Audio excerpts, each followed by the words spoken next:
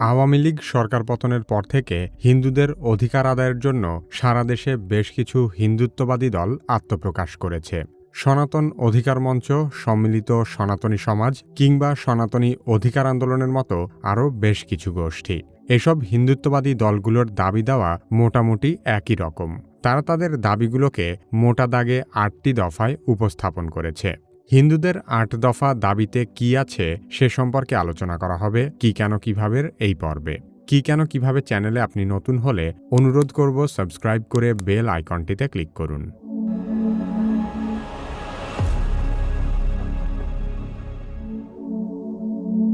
বাংলাদেশের সামাজিক বা রাজনৈতিক প্রেক্ষাপটে কে হিন্দু কে মুসলিম সে হিসেবে কাউকে বিচার করা হয় না। অসাধু দুর্নীতিবাজদের কোনো ধর্ম নেই। সেই বিচারেই আওয়ামী লীগ সরকার পতনের পর দেশের বিক্ষুব্ধ জনতা আওয়ামী লীগের দুঃশাসনের সাথে জড়িত ব্যক্তিদের বাড়িঘরে হামলা করে ক্ষোভের প্রকাশ ঘটিয়েছে।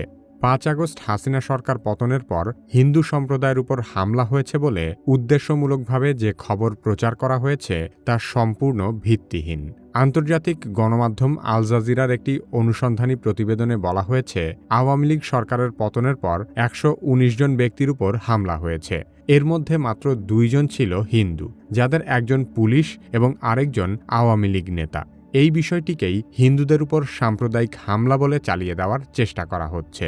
বাংলাদেশের সংখ্যালঘুদের উপর নির্যাতনের বিষয়টি বাংলাদেশি গণমাধ্যমে যতটা না উঠে এসেছে তার চেয়েও অনেক বেশি প্রচারিত হয়েছে ভারতীয় গণমাধ্যমে, যার অধিকাংশ ছবি এবং ভিডিও অতীতের সাম্প্রদায়িক হামলার হলেও সেগুলোকে ৫ আগস্টের বলে চালিয়ে দেওয়ার চেষ্টা করা হয়।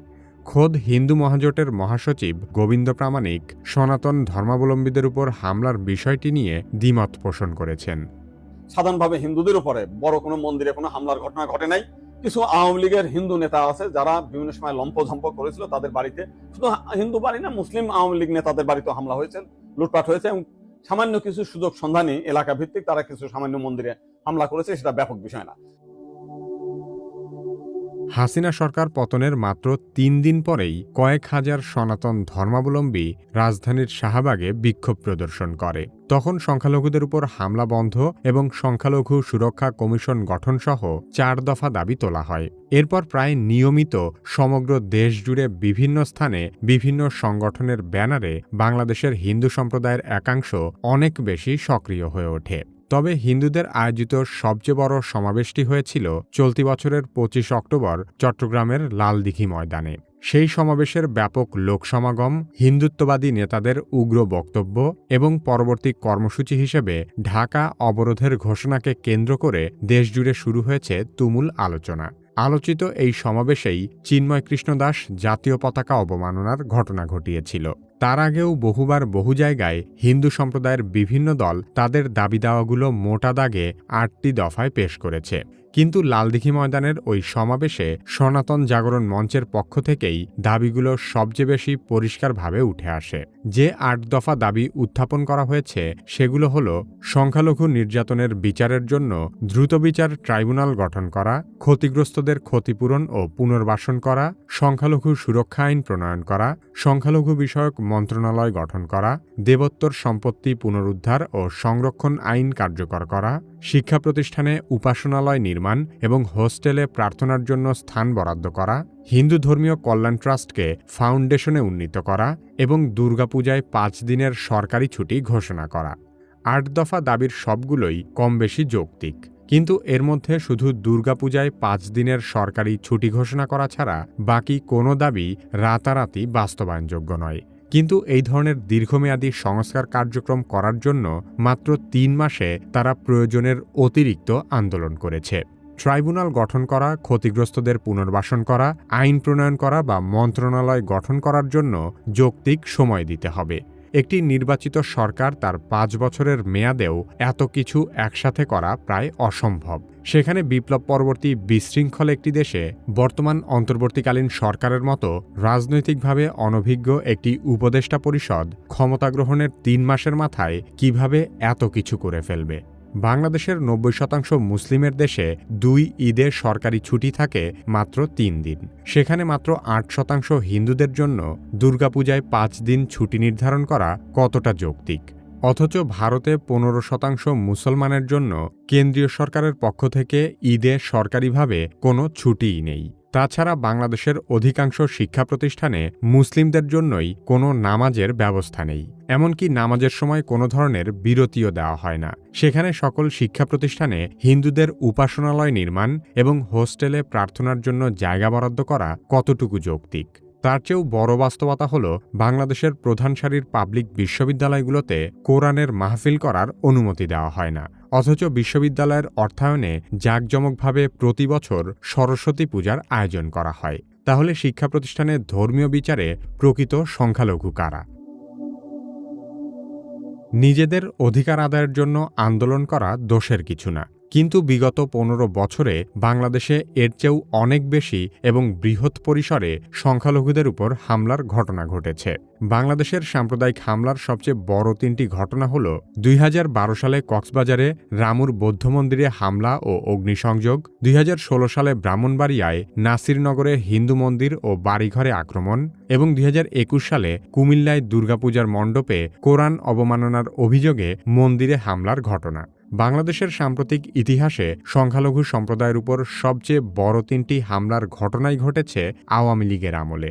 শুধু তাই নয়, 2013 থেকে 2022 সালে আওয়ামী লীগ ক্ষমতায় থাকার সময় সংখ্যালঘু সম্প্রদায়ের উপর 3,500-এরও বেশি ছোটখাটো হামলার ঘটনা ঘটেছে।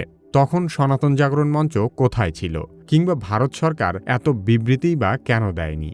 লালদিঘি ময়দানে সনাতন জাগরণ মঞ্চের নেতারা বলেন, বিগত 53 বছরে সংখ্যালঘু সম্প্রদায়ের উপর হওয়া সহিংসতা ও নিপীড়নের একটি ঘটনারও বিচার হয়নি। বিগত 53 বছরের বিচার কি অন্তর্বর্তীকালীন সরকারের পক্ষে মাত্র 3 মাসে করা সম্ভব? ঠান্ডা কিছু খেলে অনেকেই তীব্র দাঁত শিরশির সমস্যা বোধ করেন। সঠিক সময়ে ব্যবস্থা না নিলে এই শিরশির বাংলাদেশে আওয়ামী লীগের শাসনামলে বহু হিন্দু নেতার দাপটে মুসলিমরা সংখ্যাগরিষ্ঠ হওয়া সত্ত্বেও ভয়ে কথা বলতে পারত না। আওয়ামী লীগের দীর্ঘ 1.5 যুগের ক্ষমতার সময় স্থানীয় পর্যায়ের প্রভাবশালী নেতা থেকে শুরু করে দুর্নীতিবাজ এমপি মন্ত্রীদের অনেকেই ছিলেন হিন্দু সম্প্রদায়ের। চালের বাজারে অস্থিরতার মূল হোতা নওগাঁর গডফাদার সাধনচন্দ্র মজুমদার, বরগুনার গডফাদার ধীরেন্দ্র দেবনাথ শম্ভু, মাগুরার বীরেন শিকদার, দিনাজপুরের মনোরঞ্জনশীল, সাতক্ষীরার ননীগোপাল মণ্ডল, বরিশালের পঙ্কজনাথ, নেত্রকোনার অসীম কুমার উকিলের মতো বহু দুর্নীতিবাজ হিন্দু নেতা একাধিকবার জাতীয় সংসদের সদস্যসহ মন্ত্রীও হয়েছেন। ক্ষমতা হারানোর পর এদের সাঙ্গপাঙ্গদের উপর বিক্ষুব্ধ জনতা যখন হামলা করেছে, তখন এরা সংখ্যালঘু সেজেছে। আদালতের আদেশ অমান্য করে ঢাকা সিটির মেয়র ফজলে নূর তাপস যখন হরিজনপল্লীর হিন্দুদের উচ্ছেদ করেছে, কিংবা যখন পুলিশের সাবেক মহাপরিদর্শক বেনজির আহমেদ গোপালগঞ্জের হিন্দুদের হাজার হাজার একর জমি দখল করে রিসোর্ট গড়ে তুলেছে, তখন চিন্ময় কৃষ্ণ দাসের মতো হিন্দু দরদি নেতারা কোথায় ছিল? এর বাইরেও আওয়ামী লীগের বহু এমপি এবং স্থানীয় প্রভাবশালী নেতাদের দ্বারা সনাতন ধর্মাবলম্বীরা নানাভাবে নির্যাতনের শিকার হয়েছেন। অন্যদিকে বিএনপির গয়েশ্বরচন্দ্র রায় কিংবা নিপুণ রায়ের মতো হিন্দু নেতারা যখন হামলার শিকার হয়েছেন, তখন বাংলাদেশের সনাতনীরা একটি কথাও বলেনি। হিন্দুরা অতীতে প্রতিবাদ না করার বিষয়টি এমনও হতে পারে যে তারাও হয়তো স্বৈরশাসনের বিরুদ্ধে কথা বলতে ভয় পেয়েছে। কিন্তু আওয়ামী লীগ সরকার তো ভারতের অত্যন্ত ঘনিষ্ঠ ছিল। তাহলে তখন ভারত কেন সামান্য বিবৃতি দিয়ে হলেও হিন্দুদের সুরক্ষার বিষয়ে পদক্ষেপ নেয়নি? এর কারণ মূলত একটাই, বাংলাদেশ থেকে আওয়ামী লীগ বিদায় হওয়াতে ভারত এবং ভারতের দালাল হিন্দু সম্প্রদায়ের কিছু নেতারা দেশে অস্থিতিশীলতা তৈরি করতে চাইছে। যে আওয়ামী লীগ হিন্দুদের সবচেয়ে বেশি ক্ষতি করেছে, তাদের বিরুদ্ধে কথা না বলে অন্তর্বর্তীকালীন সরকারকে দুর্বল পেয়ে ভিকটিম কার্ড প্লে করে তারা দেশবিরোধী ষড়যন্ত্রে মেতে উঠেছে। তা না হলে এই 8 দফা দাবি পূরণের জন্য তারা অন্তত 8 মাস অপেক্ষা করতে পারত।